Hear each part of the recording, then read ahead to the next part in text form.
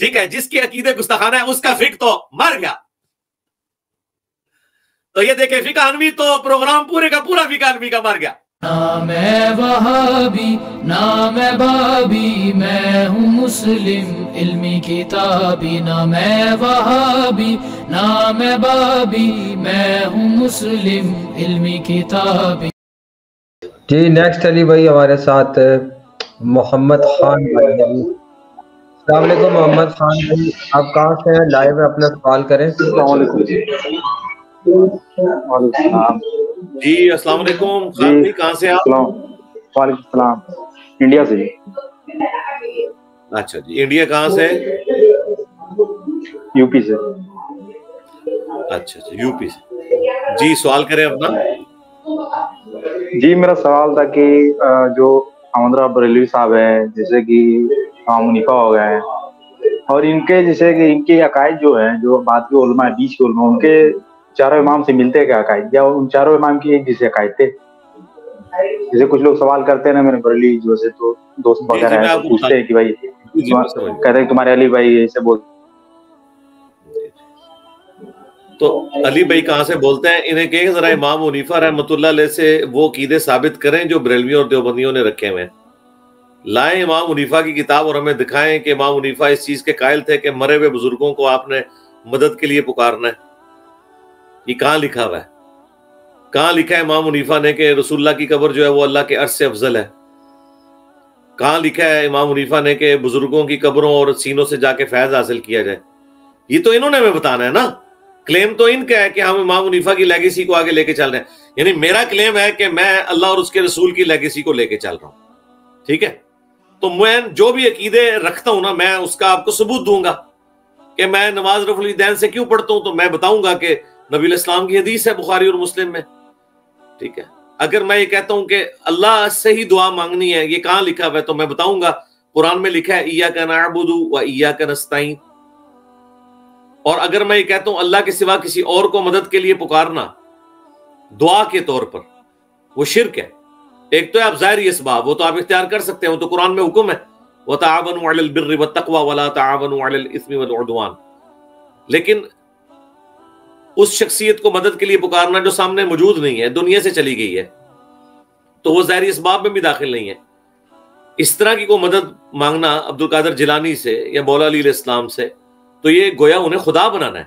تو مجھ سے آپ پوچھیں کہاں لکھا ہے، میں کہوں گا سورۃ النمل کی آیت نمبر 62 ہے. اَمَّن يُجِيبُ الْمُضْطَرَّ إِذَا دَعَاهُ وَيَكْشِفُ السُّوءَ وَيَجْعَلُكُمْ خُلَفَاءَ الْأَرْضِ أَإِلَٰهٌ مَّعَ اللَّهِ. بھلا بتاؤ تو کون ہے جو مصیبت اور پریشانی میں گھرے ہوئے شخص کی فریاد کو سنتا ہے اور اس سے اس کی تکلیف کو دور کر دیتا ہے، اور تمہیں زمین پر اگلوں کا خلیفہ کرتا ہے؟ کیا اللہ کے ساتھ کوئی اور معبود بھی ہے جس کی یہ کوالٹیز ہوں؟ قلیلا ما تذکرون، بہت کم ہی نصیحت حاصل کرتے ہو. تو میرے تو عقیدے لکھے ہوئے ہیں قرآن و سنت میں. اب یہ جو عقیدے بتا رہے ہیں، اگر ان کا دعویٰ ہے کہ یہ عقیدے امام حنیفہ کے تھے تو ہمیں دکھائیں نا کہ امام حنیفہ نے کہاں کہا ہے کہ میرے یہ عقیدے ہیں. تو حقیقتاً یہ ہے کہ ان کا امام حنیفہ سے کوئی لینا دینا نہیں ہے، اور یہ بات انہوں نے خود ریٹن میں مانی ہوئی ہے. آپ کو میں بتاؤں، المحند علی المفند جو دیوبند کی کتاب ہے عقائد کی، جس میں اشرف علی تھانوی صاحب سمیت درجنوں علماء دیوبند نے سگنیچر کیے ہوئے ہیں، اور اس کا نام رکھا ہے عقائد علماء دیوبند. اس کے سٹارٹ میں انہوں نے لکھا ہے کہ ہم امام ابو حنیفہ کو صرف فقہ میں فالو کرتے ہیں، عقیدوں میں فالو نہیں کرتے. انہوں نے کہا ہم فقہ میں پیروکار ہیں امام ابو حنیفہ رحمۃ اللہ علیہ کے، اور عقیدوں میں ہم پیروکار ہیں ابو المنصور ماتوریدی اور ابو الحسن اشعری کے. یہ 30 صدی ہجری کے اندر دو ان کے بزرگ آئے ہیں جن کے طرف اپنے آپ کو منسوب یہ کرتے ہیں. حالانکہ ان کی طرف بھی جو یہ منسوب کرتے ہیں نا، یہ عقیدے انہوں نے بھی نہیں کہیں لکھے ہوئے. وہ تو جب فلاسفہ کی بحثیں شروع ہوئی، معتزلہ کا فتنہ آیا، خوارج کا فتنہ آیا، تو اس کانٹیکسٹ میں ابو الحسن اشعری یا ابو المنصور ماتوریدی کی بحثیں ہیں. یہ بحثیں ان کے ہاں بھی نہیں ہیں. علم غیب کا مسئلہ، حاضر و ناظر کا مسئلہ، اور مرے ہوئے بزرگوں کو پکارنے کا مسئلہ، اور یہ پیری مریدی کا مسئلہ، یہ ان کی بھی نہیں ہے یہ عقائد. تو انہوں نے تو ریٹن میں مانا ہوا ہے. اچھا، یہ تو میں نے آپ کو دیوبندیوں کا بتایا. بریلویوں کے جو احمد بریلوی صاحب کے جو پوتا شاگرد ہیں نعیم الدین مراد آبادی، مراد آباد تو آپ کے انڈیا کے شہر ہے، وہاں سے نعیم الدین مراد آبادی تھے جو اعلیٰ حضرت احمد بریلوی صاحب کے خلیفہ تھے، اور یہ ان کے بڑے لائق ترین خلیفہ ہیں. انہوں نے ہی ان کے ترجمہ قرآن کنز الایمان کے اوپر حاشیہ لکھا ہے خزائن العرفان. ان کے آگے سے شاگرد ہیں مفتی احمد یار خان نعیمی صاحب، انہوں نے جال حق لکھی ہے. تو اس کے مقدمے میں انہوں نے لکھا ہے کہ ہم عقیدوں میں امام حنیفہ کو فالو نہیں کرتے ہیں. وہ کہتے ہیں عقیدوں میں تو تقلید کرنا ہی حرام ہے، عقیدے جو ہیں وہ قرآن و سنت کے دلائل سے ہوتے ہیں، وہ اماموں کی تقلید سے نہیں ہوتے. لہٰذا آپ اپنے بریلوی دیوبندی بھائیوں کو بتائیں کہ آپ کو تو اپنے بارے میں بھی نہیں پتا کہ دیوبند اور بریلویوں کے علماء اور بزرگوں کے نزدیک عقیدہ قرآن و سنت سے اخذ کیا جاتا ہے، اماموں سے اخذ نہیں کیا جاتا. وہ کہتے ہیں عقیدے میں تقلید کرنا حرام ہے، یہ الفاظ لکھے ہوئے ہیں. وہ کہتے ہیں عقیدہ قرآن و سنت کی نص سے ہوتا ہے، تقلید وہ صرف فقہی مسائل میں کرتے ہیں، عقیدے میں نہیں کرتے. اور خود انہوں نے مان بھی لیا کہ ہم امام حنیفہ کے بھی مقلد نہیں عقیدوں میں، کیونکہ عقیدے میں تقلید ہوتی ہی نہیں ہے. تو یہی تو ہم بھی کہہ رہے ہیں کہ یہ عقیدوں میں ان کو فالو نہیں کر رہے. اب یہ کہہ رہے ہیں کہ ہم فالو تو نہیں کر رہے لیکن ان کے بھی عقیدے یہی تھے، تو انہیں کہ بتائیں کہاں لکھا کہ ان کے عقیدے یہ تھے. ان کے عقیدے تو ان کے لیے پھر بڑی مصیبت کھڑی ہو جائے گی. امام حنیفہ کی ایک چھوٹی سی کتاب ہے جو کوئی ثابت ہے کہ انہوں نے لکھی ہے، الفقہ الاکبر. فقہ اکبر کہتے ہیں عقیدے کو، اور فقہ اصغر کہتے ہیں جو عام فقہ جس کے لیے ہم بات کرتے ہیں، جو فروعی مسائل ہوتے ہیں. ایک ہوتے ہیں اصولی مسائل جو عقائد کے ہوتے ہیں، اسے کہتے ہیں فقہ الاکبر. چھوٹی سی کتاب ہے، اس میں امام حنیفہ نے جو ہے نا جو بنیادی عقائد وہی لکھے ہوئے ہیں کہ اللہ تعالیٰ کو ایک ماننا، نبی الاسلام کو آخری پیغمبر ماننا، یہ ساری باتیں جو موٹی موٹی باتیں، ان میں تو اختلاف ہی کوئی نہیں ہے. اختلاف تو شروع ہے جو انہوں نے قبروں سے پکارنا شروع کیا ہے، بابوں کو پکارنا شروع کیا ہے، یہ تو چیزیں اس میں موجود ہی کوئی نہیں ہے. لیکن اس میں ایک اتنی حیران کن بات لکھی ہوئی ہے کہ جو بریلویوں اور دیوبندیوں دونوں کے لیے ایک لمحہ فکری ہے.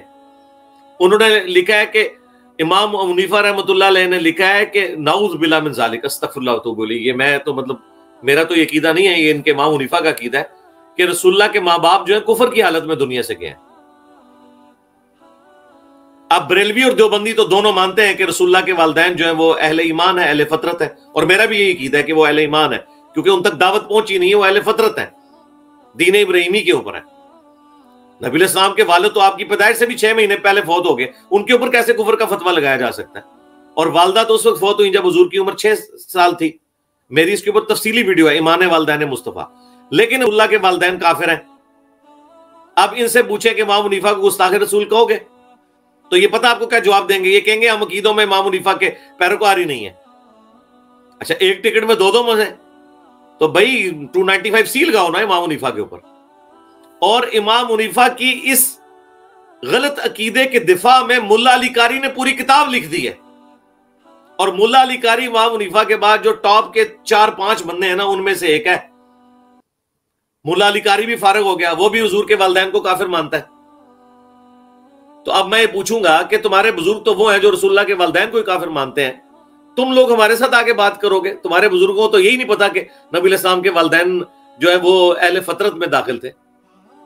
تو یہ پتہ کیا کہیں گے؟ یہ کہیں گے ہم عقیدوں میں تو مقلد ہے ہی نہیں ہیں، ہم فقہ میں فالو کرتے ہیں. اور جس کے عقیدے ہی تمہارے نزدیک خراب ہیں اس کی فقہ کیا لے کے چلنی ہے آگے؟ جس کے عقیدے ہی گستاخانہ ہے، ٹھیک ہے، جس کے عقیدے گستاخانہ ہے اس کا فقہ تو مر گیا. تو یہ دیکھیں فقہ انوی تو پروگرام پورے کا پورا فقہ انوی کا مر گیا. ٹھیک ہو گیا؟ ہاں جی نیکسٹ کوسچن کریں اپنا.